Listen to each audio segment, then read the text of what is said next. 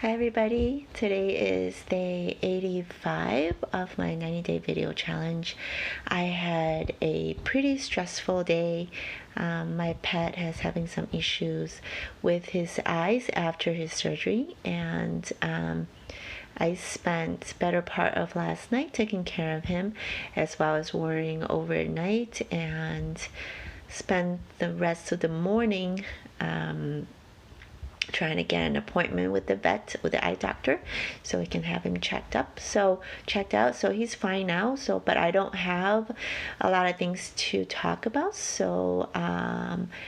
I somehow how about I tell you guys a story that a Chinese mythology story that I've read about when I was a little kid. So it's about how it's the creation of the world. I think a lot of countries and societies have their own story of how the world was created. So I guess Chinese has one too.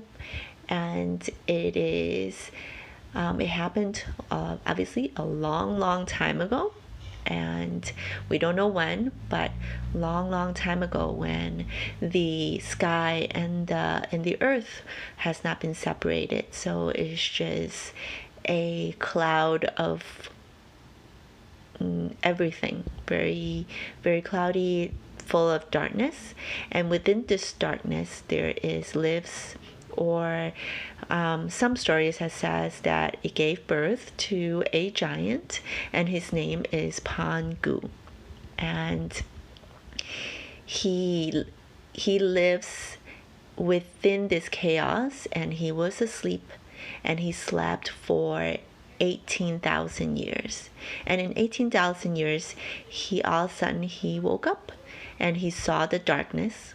So he pulled off one of his a tooth from his mouth and created an axe with it, and he obviously a very powerful one, and he used the axe and split the earth and the sky.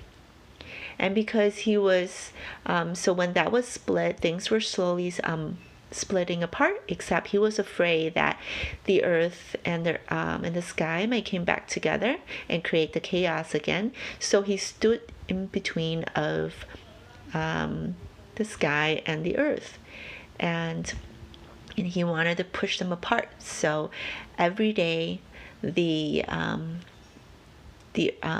gap would grow a little bit, and every day he would grow a little bit, so he can push the sky and the earth apart. And he did that for about 1,800,000 years, and to where that point where the earth and the sky was far apart, and he was exhausted. So he finally fell down in exhaustion, but he feels like he wants to create something when he falls.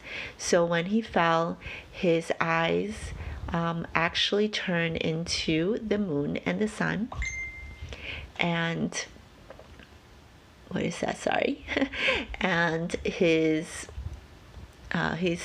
sweat, perspiration, turn into the lakes and the waters and the ponds, and his blood turn into the ocean and the big rivers, and then and his tears turn into the thousands and thousands, tens of thousands of stars in the sky.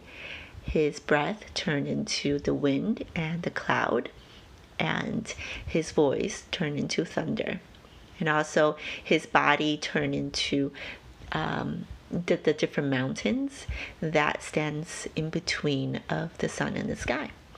So this is actually the creation story of the earth and how that came about. This might be a mythology, but I think many people from the ancient Chinese society do believe in that. So if you go there, you will find actually temples worshiping him. Yeah, and actually, some parts of the southern Chinese, there's the tribal era. There are people who actually consider them as PanGu as their ancestor. So many people even till today actually still have temples that actually will worship PanGu as the originator of the universe, I guess. Well, that's it. I hope you enjoy that. Hopefully, tomorrow I will be in a better mood and we can talk about other things. But today, I hope you enjoy the story and talk to you tomorrow. Bye.